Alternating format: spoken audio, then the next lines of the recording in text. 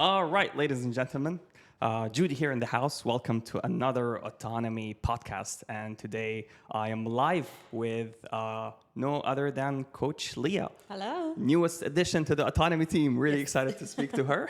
How are you today? Very well, very well. How are you? I'm doing well, thank you. Good. I'm really excited to get to know you better, and I'm pretty sure our clients are too. So yeah, let's get started first. So Okay. let's start by asking who Leah the person is. Okay, so myself, bit of background about me. I was born and raised in the UK.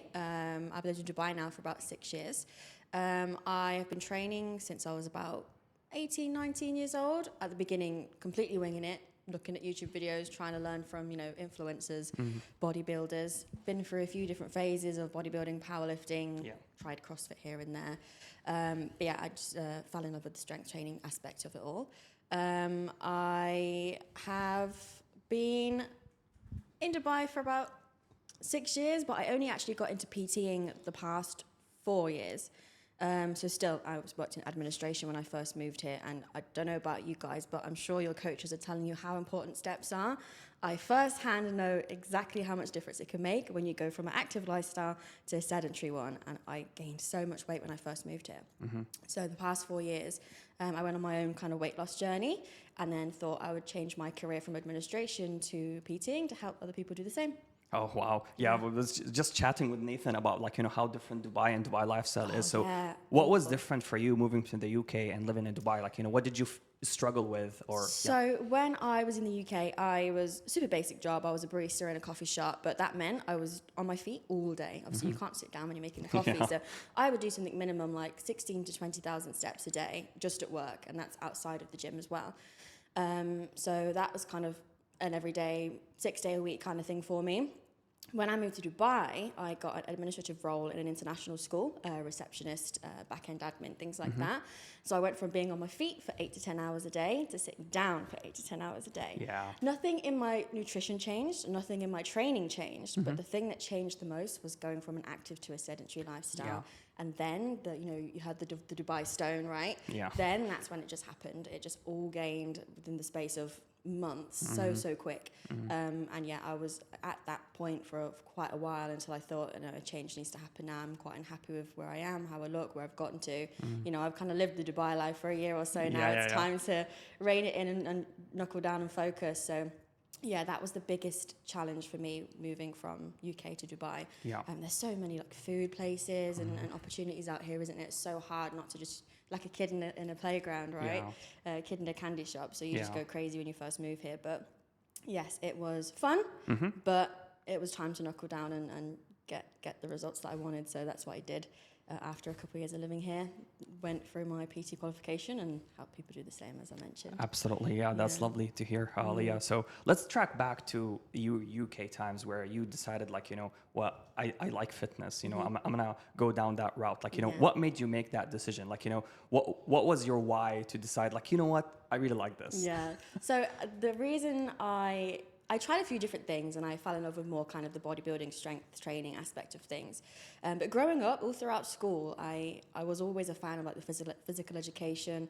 Running, yeah, it was okay when I was younger. Yeah.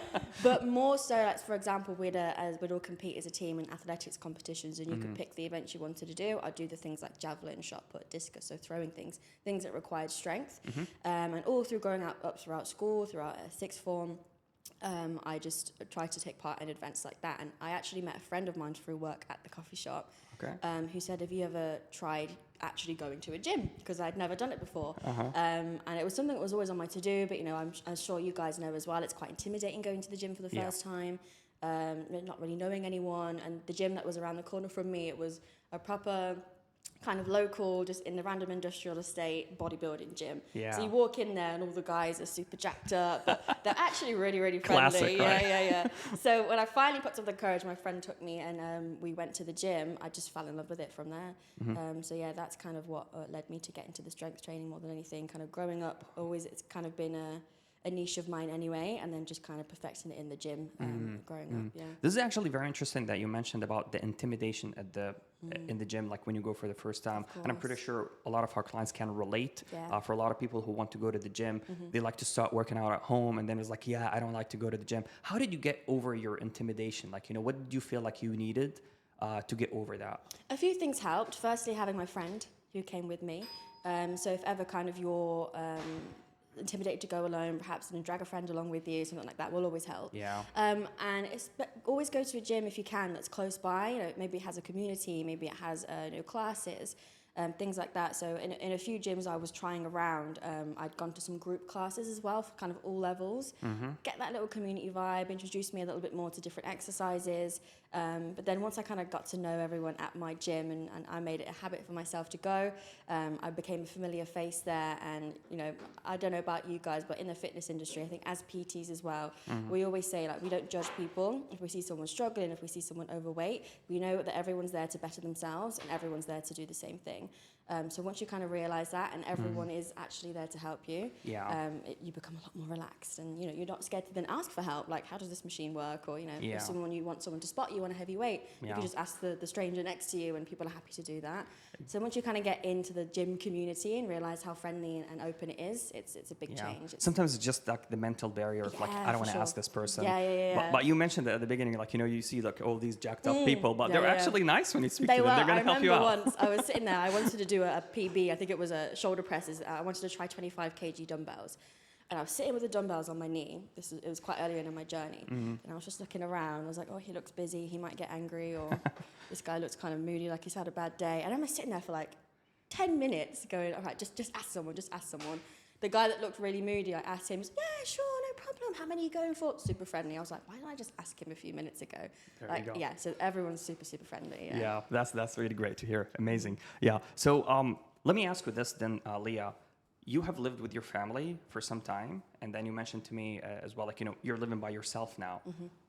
What was the difference in nutrition-wise and, like, you know, keeping up with your healthy lifestyle or keeping up with your goals as well when you were living with your family versus living alone? Because a lot of clients can relate to that as well. Of course, definitely time management was something I struggled with initially.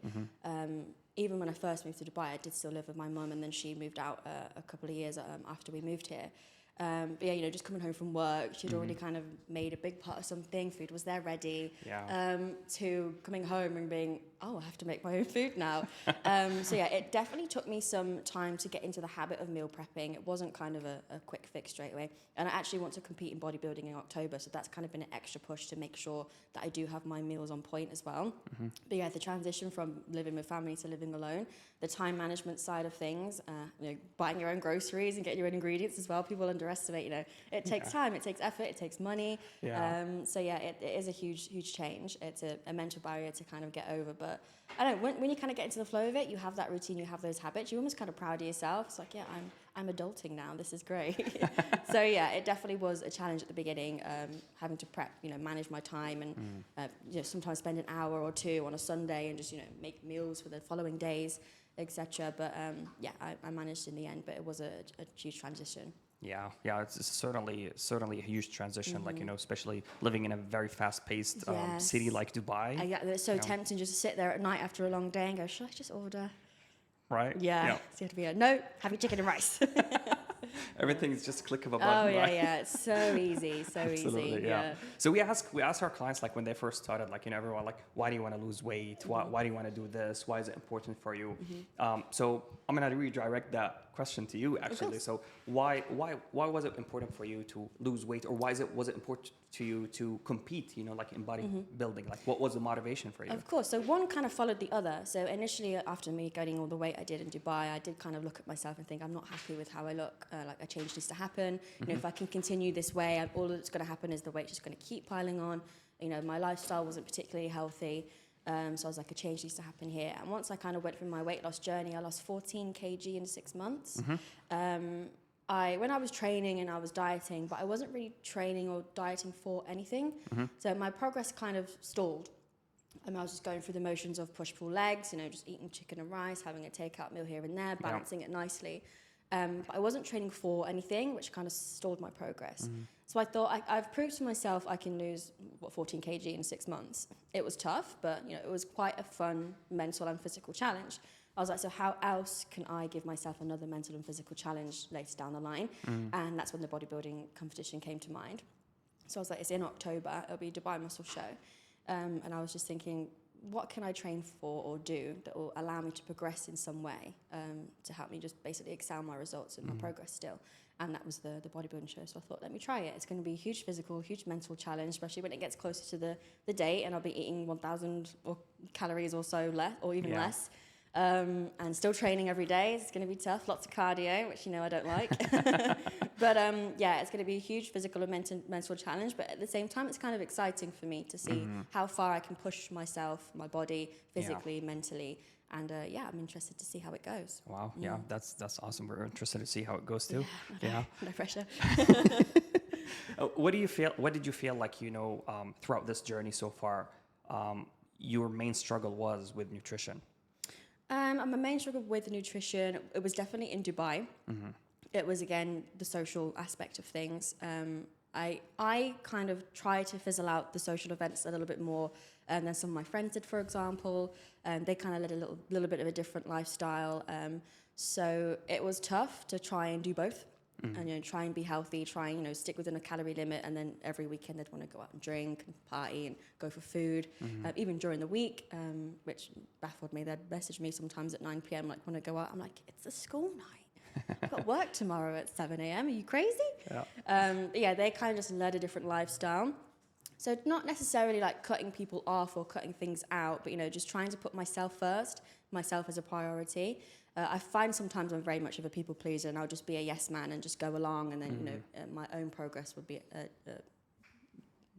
will suck because of that. It was tough for me to try kind of pick my battles, say no to a lot of things, and I have lost a few friends down the line because of it. They kind of just turned into acquaintances because we don't want to live the same lifestyle, which is tough in Dubai because I feel like you have two ends of the scale. It's very either fitness orientated or very brunch and party orientated, and I lent more towards the fitness, and they lent more towards the brunch and parties. But at the same time, I've gained more friends and met more people in the same kind of mindset and industry as myself. So it's kind of been a win and a loss. But yeah, it was definitely tough when it came to the social aspect of moving to Dubai, especially, and just basically trying to put myself first and think, I've got goals, I've got results. I can't keep, going off plan and ruining it just, to please other people, basically. So that was quite tough for me. In the past few years, I'd say, especially having lost the weight and now trying to train for the show, it's been tough. That's absolutely tough as well. Like when it comes to friends and people around us and social events, which I'm pretty sure a lot of our clients struggle with as well. So that's definitely important. So that required a huge mindset and motivation to keep going. So my next question to you, Leah, is what helped you remain consistent? Oh gosh, there's a few things actually. Firstly, kind of the new friends that I'd made. I had kind of new gym buddies. We motivated each other. We had different goals. A friend of mine, for example, he went on his own weight loss journey and is still on that journey. So, we're motivating each other. He'll message me like, have you trained today? I'll be like, no. He'll be like, get to the gym. So we're kind of holding each other accountable, which is very nice. And at the same time, just having a goal of in my mind. I've told a lot of people about this show. I've kind of promised a lot of people who are going to do this show. I've invested a lot of money in trying to get ready for this show. So again, you've got obviously financial and social motivations for that as well. I'm just trying to put my mind as in I'm 100% in this now. Whether I'm ready at the time I'm ready or I'm not, it's going to happen. So better be ready than not, right? There's kind of a few different motivations there for me in the last year or so that have been, scary but good. I'm pretty sure everyone is looking forward to see the outcome. You know what I mean? So I know, me too. I don't know what's going to happen either. I think you'll do great. Hopefully. All right. So Leah, working with different clients as well and with autonomy as well, what do you see across the board, people struggling with as well? You've noticed that mainly. Not usually from autonomy, but also you being a personal trainer for so long. Definitely. I train a lot of kind of family orientated clients as well. So I have a lot of ladies, who have children, have families, primarily the cooks of the house and kind of have their own schedule as well. Trying to kind of shift them from, you know, just cooking big oily meals or, you know, ordering in for everyone and, you know, having that nice home cooked big family meal, it's great. And not to say you can't do it at all, but they were doing it every day. They weren't their movement was sedentary. They weren't really moving that much. It's actually surprising how many people don't realize how important just general activity like steps is throughout the day.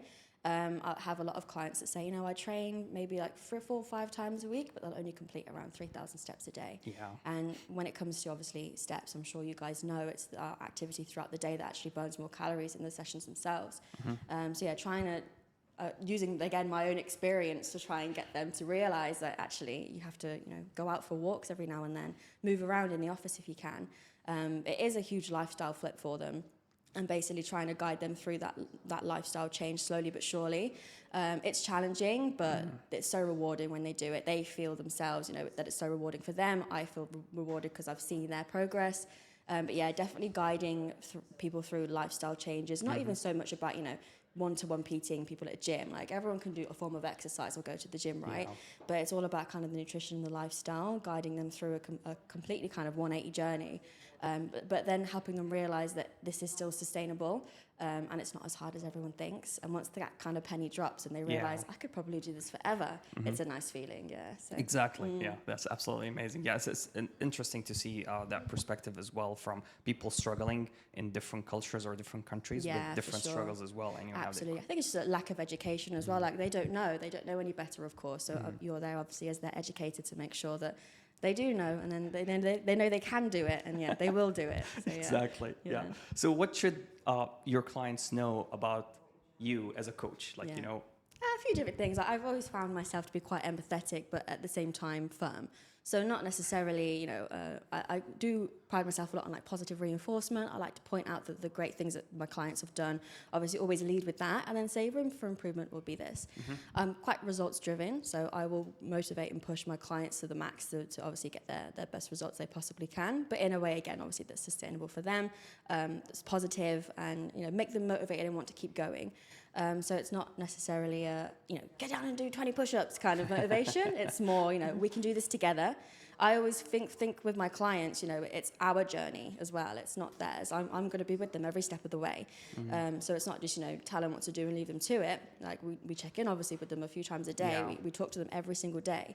And we're there as a team to make sure that I can push them through it, of course. So yeah, I mean, I obviously have a lot of teams, but it's nice to kind of have that one-on-one relationship with the clients as well. And I think building that trust and relationship with clients, of course, is super important as well. Because, you know, they can look at YouTube videos and what do I eat and ask ChatGPT. Yeah. But it's different having that someone, like a person, guiding you, helping you, motivating you, encouraging you. And it also just, I think it makes, obviously, the clients feel a little bit more appreciated, like their efforts are worthwhile as well, rather than just ChatGPT saying, yes, eat this, you know. So yeah, definitely that personal relationship with the clients is something I like to pride myself on, being quite empathetic as well, and obviously listening to their problems, because everyone has problems. Yeah. You know, life happens, and life's always going to happen, which is why we're here to help you guide you through it and help you sustain that long term as well. Yeah. There's so much to coaching nowadays. It's not only get to the gym, do this and do that, right? Yeah. It's not just come to the gym, hour session, off you go. Like there's so much more to it. Yeah. And if PTs, if that's all they do, then I have to say they're probably not great PTs. Yeah. So yeah, there's so much more to just being a coach. You know, exactly. I always say we're kind of therapists as well, aren't we? At the same time. Yeah. Because we are, as human beings, like we get into different emotional states throughout the day. Exactly. And those emotional states can actually alter our decisions for that day, so we can totally do a good decision or a shitty decision based on how we're feeling, right? Yeah. If you just kind of go fuck it and then have a takeaway, absolutely. Yeah, exactly. So if you've got someone there in your corner going, no, you can do that, yes, if you really want to, this is kind of how we're going to work around it. Or what do you feel like would be best? Would it be best for you to perhaps, maybe have a larger meal, skip a snack, work around your hunger, that kind of way? Is it emotional trigger? Is it a physical trigger? And then again, just having someone guiding you through every step of the way, it can be super helpful. Yeah.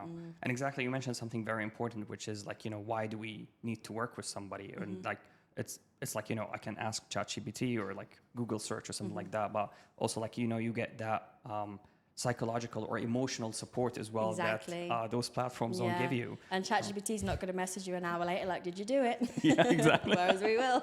Yeah. Yeah, and you mentioned like, you know, even you as a coach, you still are working with someone to improve and get ready for that show that you're preparing. Course, So yeah. I feel like we all need that motivation or support. Yeah, absolutely. Right? For my competition, I have a coach. Yeah. I have my own coach as Yeah. well. So it's hard to do it alone, especially if it's a big lifestyle flip or a big challenge ahead. Obviously the competition for me is going to be a huge challenge. I've never done it before, so I also myself have a coach. I mean, you know, if you look at people like Chris Bumstead, example, Mr. Olympia, he's probably got a whole team of coaches working with him, nutritionists, PTs. He's not doing that alone, of course. So yeah, everyone needs help, and you know, just have a case of not being scared to ask for it. Yeah, exactly. And eliminating that barrier of like, you know, just go for it. Of you know? course, Yeah. And I think for some people it's a great investment as well, because I know a lot of people go into it quite skeptical, you know, like, oh, you know, is this going to work? And then the feedback I get from most of my clients being like, I had no idea it would be this effective. Like this has changed my life quite literally, which is also really lovely to see. Yeah. It's always like, you know, we're always afraid of what we don't know. Exactly. Yeah, until we try. And especially if there's a financial commitment there as well, Yeah. also makes people a bit, but then once they realize, you know, they're investing in their health, they're investing in their lifestyle, the amount they'd spend on the training perhaps would be as much as they'd spend on a brunch every weekend. You know what I mean? Exactly. When you look at it like that, perhaps it's, you know, the Starbucks coffee you have every day, just invested into the training instead. Yeah. So that's a good way to look at it as well. Actually, you have no idea how many clients say that they actually save a lot of money when they're like, you know, dieting. There and you like, go, yeah, because you end up not spending a lot of money on on takeout, socials. Like I see, saving more if anything. Yeah, exactly. Long term, I'm preparing my own food. I'm getting my own grocery. There you go. know. I know what I'm getting in my body. You know. Exactly. So long term. So if anything, saving. Yeah, exactly. Absolutely. Well, it was amazing to chat with you. I really enjoyed my time, and I'm pretty sure the clients who are going to watch this are going to enjoy their time too. I hope so. Yeah, they want to look forward to work with Leah, right? Yes. All right, guys. Well, thank you very much for tuning in. It was a pleasure to have you and have Leah today. And I will catch you later with another episode of the Autonomy Podcast. All right. See you soon.